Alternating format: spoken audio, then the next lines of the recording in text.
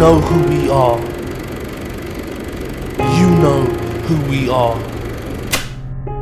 We are QPR.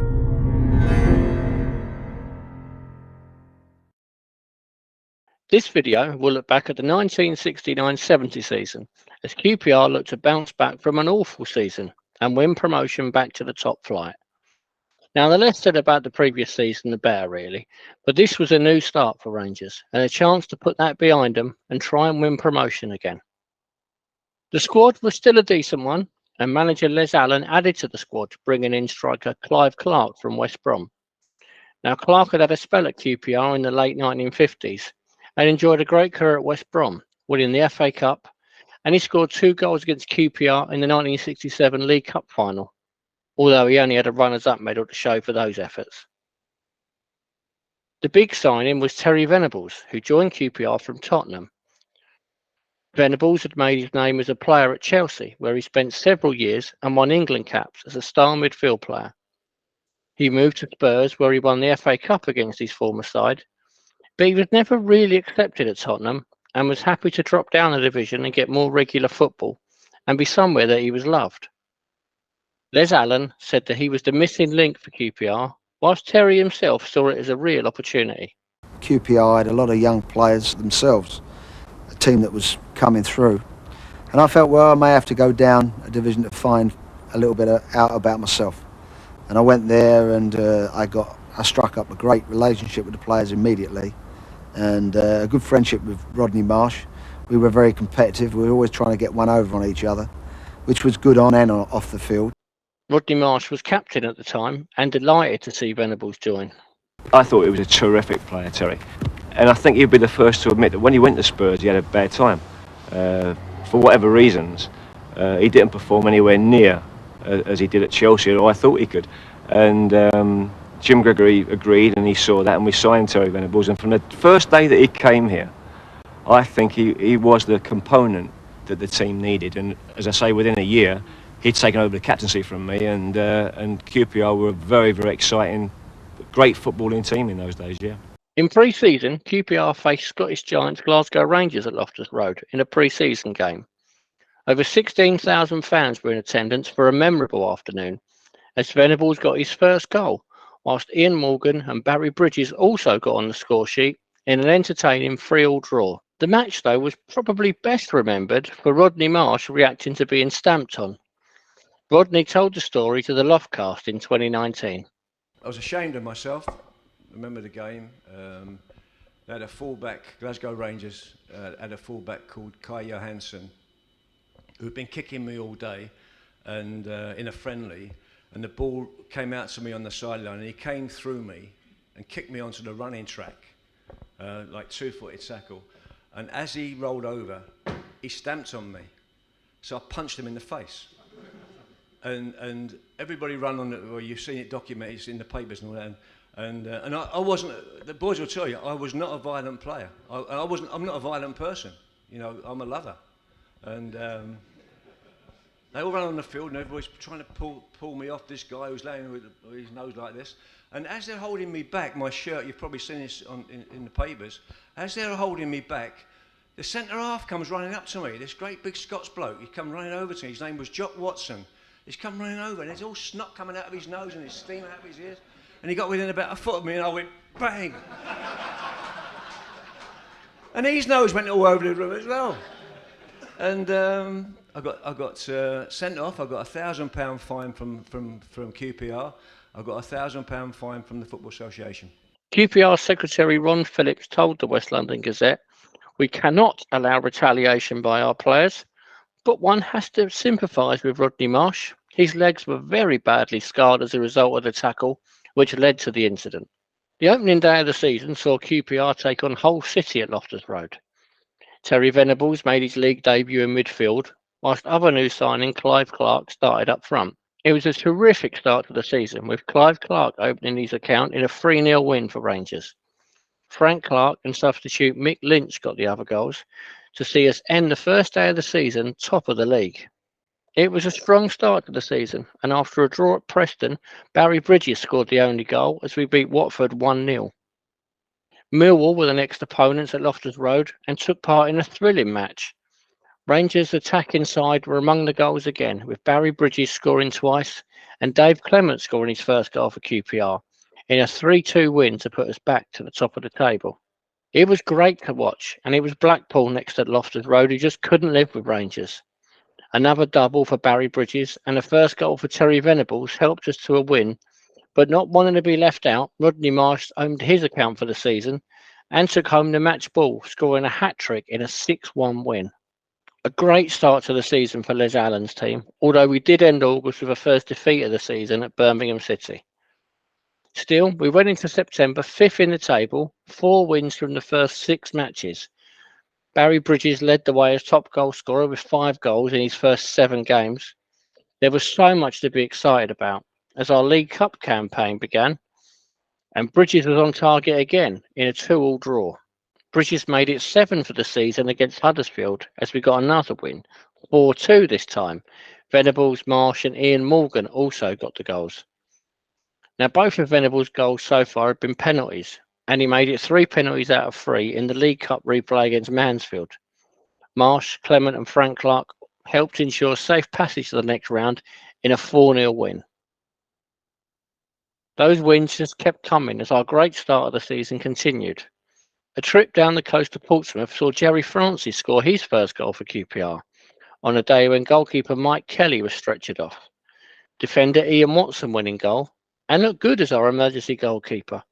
And Rangers looked like a top division side, not letting the adversity bother them and dominating the game that they went on to win 3-1. A midweek trip to Blackburn was an eventful one. Rangers were under real pressure all game, and reserve goalkeeper Alan Spratley kept us in it with a string of superb saves. His display, though, angered the home fans, and one idiot ran on the pitch and attacked the QPR goalkeeper, kicking him as he lay on the floor. Spratley played on and left with a smile on his face as Rangers committed daylight robbery with a late Mick Leach goal 6 minutes from time to nick a 1-0 win. The League Cup third round saw Tranmere visit Loftus Road, and they were no match for this rampant QPR team. For the second time in his career, Rodney Marsh scored 4 goals in one match as Rangers won 6-0. Defeat at Cardiff ended the month on a bit of a sour note, but things were looking good. We'd won 8 of our first 11 league games and were top of the table, ahead of a home match against a strong Middlesbrough team. Dave Clements. Marsh coming away from that defence. Beautiful skills. Oh, beautiful stuff by Marsh to Morgan. Bridges going in, and it's there! Bridges! Made for him by Marsh! 8 minutes gone, and sheer magic from Rodney Marsh.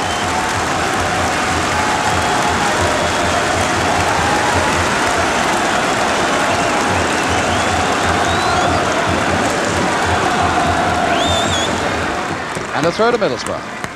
Smith, who had several very good seasons with Portsmouth. Clement away to Marsh. Good control there by Marsh. Not that he was under great pressure. Hazel. And there's Leach going in! Beautiful running by Leach. And it's Alex Smith. Laidlaw. Dave Clement.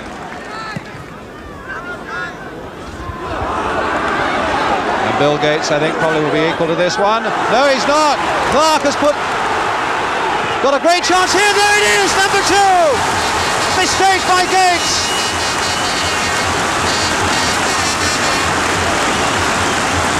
Number 2, Frank Clark. And really that was a bad mistake by Gates, who should have had that covered and cleared. Leaving his poor goalkeeper, here's Alex Smith, leaving his poor goalkeeper absolutely stranded. Leach. Morgan running through, but Morris Short's ball.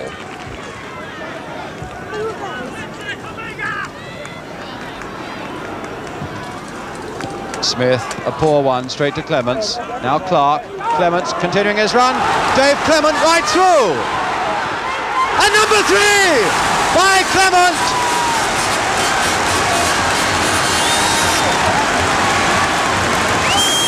"37 minutes and Dave Clement scores his 4th goal of the season.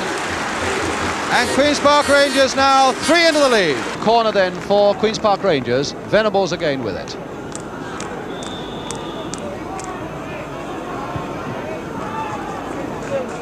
Clark getting up for it. And Bridges, can he turn on it?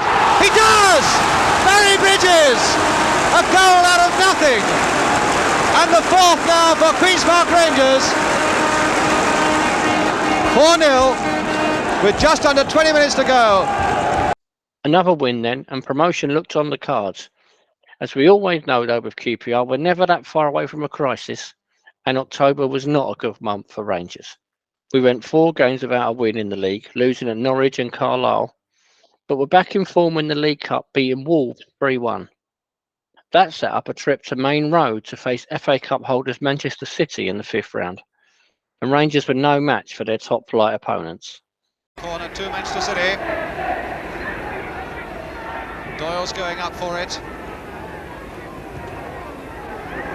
And it's there by Bell! Doyle coming forward. City so full of confidence at the moment, as you would expect. Bell going right through. Bell! Number 2! Colin Bell!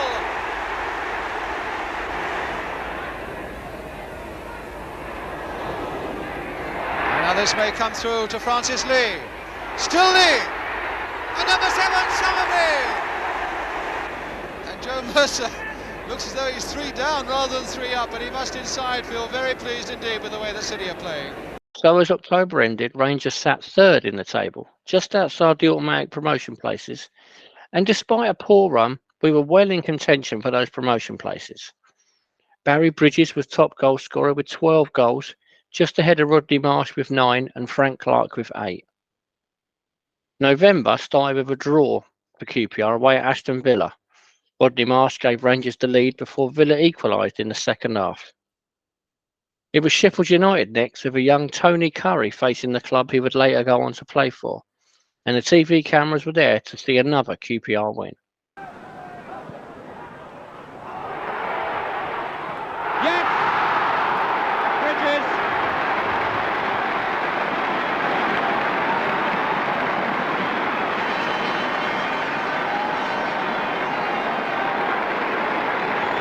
Barry Bridges gets yet another to put Queen's Park Rangers in front.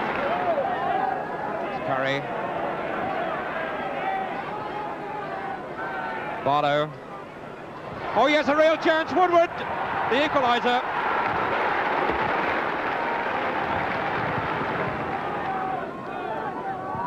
"11 minutes left for play. The score's level at 1 each. Hazel with a kick. Hodgkins above the rest, and it's Clark.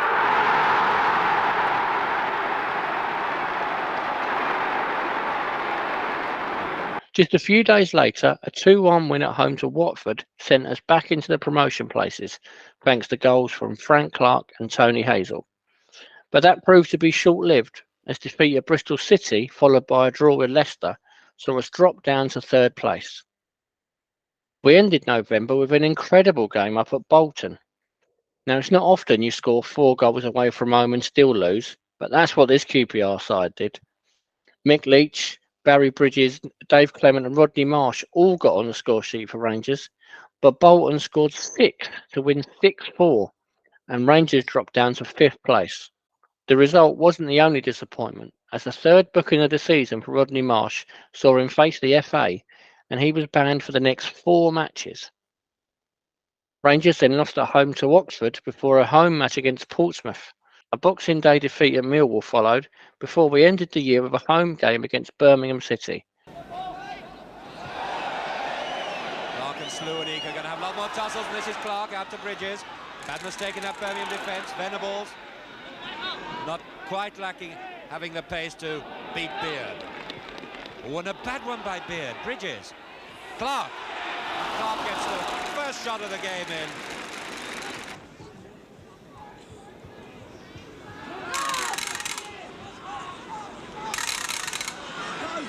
6. Hazel getting a bit bogged down, but he gets away a little bit. Gets a good shot in, but really not a lot of chance in scoring from there. So a chance for Birmingham, but they're not sending up centre-half Sluanik for this one. They're letting the forwards get on with the job. Fouled number 8 there. A dangerous man at the far post, though. Just over Bowden's head, and it's a goal! What a good goal! That was Malcolm Page.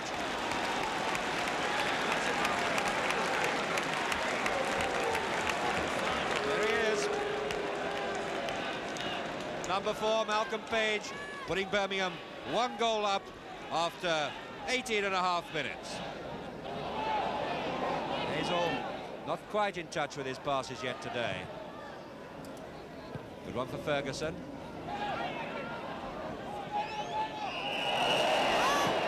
Well, there's no doubt about that. 2 blue shirts, number 2, and Hockey with the long sideboards. Mr. Partridge having a little word with Hockey.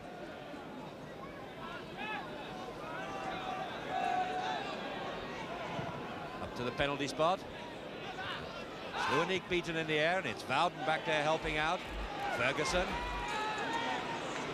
Hockey going in on the ground. Venables could get onto this one.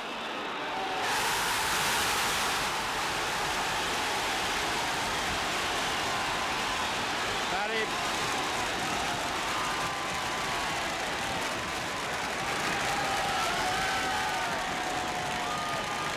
Few crowds exalt more than Rangers. They love to see a goal from their side.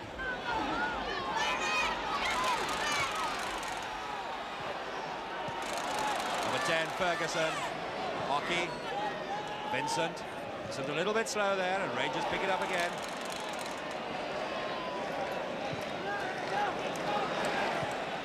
Ball by Venables, out to Bridges. Fullback Clement going down the wing. Beard coming across to try and cut off the danger. Clement doing well, he could get his centre in here. Just going to be number 2, and an interception still could be. And Sluanik just getting there in time, getting injured in the process. Play going on. Over it comes again, and a header by Clark, flashing across the goal. There he is, centre forward. Vincent slipping, which wasted that free kick. Good one. Venables out to Ferguson. Ferguson in his favourite left wing spot. Page coming over, checks and beats Page. What's he going to do? Is he going to crack it? And it is, and it was that was very nearly a very good goal indeed. It just caught a defender's head on its way, but it was heading for the top corner of the net. There he is, number 10, saying, what have I got to do to score? Mike Ferguson.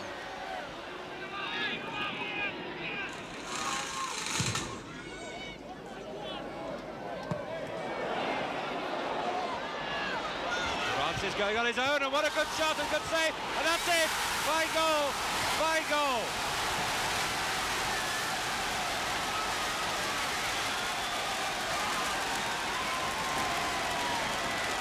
So 1969 came to an end. Rangers were 4th in the table, still with a good chance of promotion. Barry Bridges was top goal scorer with an impressive 19 goals, whilst Frank Clark and Rodney Marsh both had 11. It was the end of a memorable decade for us, and as the 1970s began, there was a lot to be excited about as a QPR fan. I hope you enjoyed this video. If you did, give us a like and subscribe to the channel. Join us for part 2 as QPR push to win promotion and enjoy a memorable FA Cup run.